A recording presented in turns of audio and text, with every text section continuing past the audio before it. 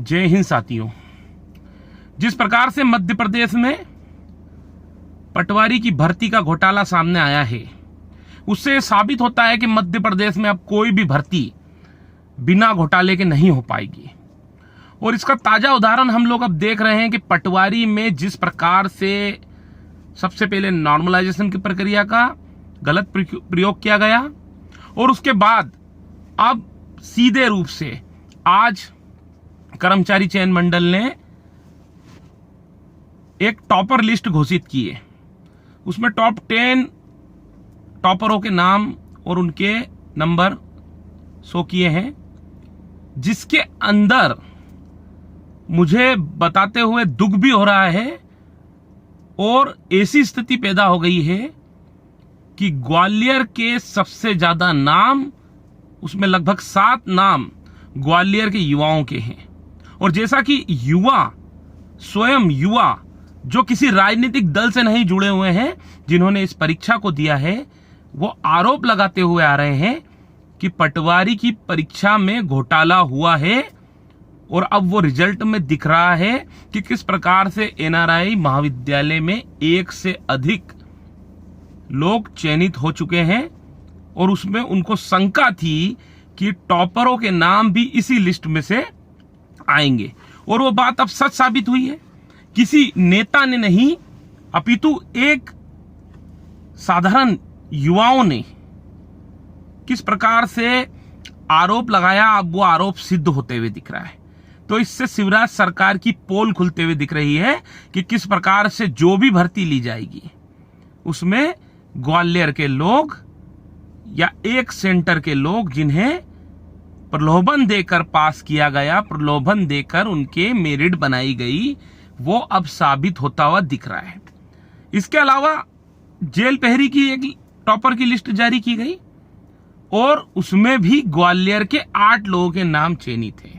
वो टॉपर हैं ग्वालियर के लोग। तो मुझे या तो अभी ग्वालियर के युवाओं को बधाई देना चाहिए कि कितना अच्छा पढ़ते हैं, पूरे मध्य प्रदेश में उन्होंने नाम रोशन कर दिया। और दूसरी ओर युवाओं को ये कहना चाहिए, नहीं, ग्वालियर के लोग ज्यादा अच्छा पढ़ते हैं, आपको उनसे सीखना चाहिए। आज शिवराज सिंह जी और मध्य प्रदेश कर्मचारी चयन मंडल ने ऐसी स्थिति पैदा कर दी है कि युवाओं के लिए ये परेशानी निगल नहीं पा रहे हैं। युवा इस परेशानी को निगल नहीं पा रहे हैं कि किस प्रकार से शिवराज सरकार उनके साथ चरणबद्ध तरीके से बेईमानी, भ्रष्टाचार और घोटाला करते आ रही है। आज स्थिति ऐसी पैदा कर दी है कि कर्मचारी चयन मंडल को डूब के मरना चाहिए। और इसमें कोई अतिशयोक्ति नहीं होगी कि बेईमानी की चरम सीमा पैदा कर दी है इस कर्मचारी चयन मंडल ने। उन्हें शर्म आना चाहिए कि एक जिले के युवाओं को चयनित कर किस प्रकार से उन्होंने भ्रष्टाचार को अंजाम दिया है। कोरे तौर पे भ्रष्टाचार दिख रहा है।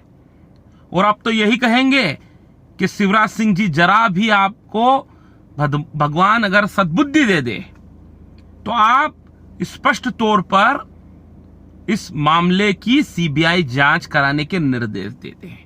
और यदि नहीं दे पाए तो आप अपने पद से इस्तीफा दे दीजिए, क्योंकि लाखों युवा, मैं पहले भी बता चुका हूं कि 12 से 13 लाख युवाओं ने करोड़ों रुपए फीस जमा की। उसके बाद इस परीक्षा में कड़ी मेहनत करने के बाद अपने सपनों को लेकर अपनी मेहनत के दम पर सेंटरों पर पहुंचे थे। और आपने तो उनके साथ एक अत्याचार यह भी किया था कि जिस युवा ने यदि इंदौर सेंटर डाला है तो उसे भोपाल में बाईपास पर दूर भेज दिया गया, जिससे वो युवा परेशानी के दौर में संघर्ष कर इस परीक्षा को देने गया। लेकिन आपने उसके साथ अन्याय किया और आपने एक सेंटर पर सेटिंग कर युवाओं को चयनित करवा दिया, टॉपर बनवा दिया। अब ये बात युवा निगल सकते हैं? नहीं निगल सकते, क्योंकि ये बहुत परेशानी का दौर चल रहा है। मध्य प्रदेश में जो भी भर्तियां आती है, चाहे वो ग्राम सेवक की भर्ती हो, एमपी टेट घोटाला आपने किया, ग्राम सेवक की वापस से आपने भर्ती ली स्वीकार कर और किस प्रकार से आपने आज जेल पहरी के टॉपरों की लिस्ट में दिखा दिया कि उसमें ग्वालियर के अधिक नाम, 8 लोग ग्वालियर के, और किस प्रकार से आपने पटवारी में लाखों युवाओं का दिल तोड़ने का काम किया है शिवराज सिंह जी। मैं आपसे अनुरोध करता हूं कि इस मामले की सीबीआई जांच हो और इस भर्ती को निरस्त करने का काम किया जाए। जेल प्रहरी की भी भर्ती यदि उसमें घोटाला है तो उसे निरस्त करने का काम किया जाए और नॉर्मलाइजेशन प्रक्रिया को आप बंद कर दीजिए, क्योंकि नॉर्मलाइजेशन प्रक्रिया की वजह से मध्य प्रदेश का युवा निराशा के दौर में जी रहा है। आप स्पष्ट नहीं कर पाए, या तो आप स्वयं आकर स्पष्ट करिए कि नॉर्मलाइजेशन प्रक्रिया का आप किस प्रकार से पालन करते हैं। अन्यथा हम लोग आने वाले समय में आपकी इस भर्ती घोटाले को लेकर, पटवारी की भर्ती घोटाले को लेकर, जेल प्रहरी की भर्ती घोटाले को लेकर सड़कों पर आंदोलन करेंगे और आपसे हिसाब मांगेंगे।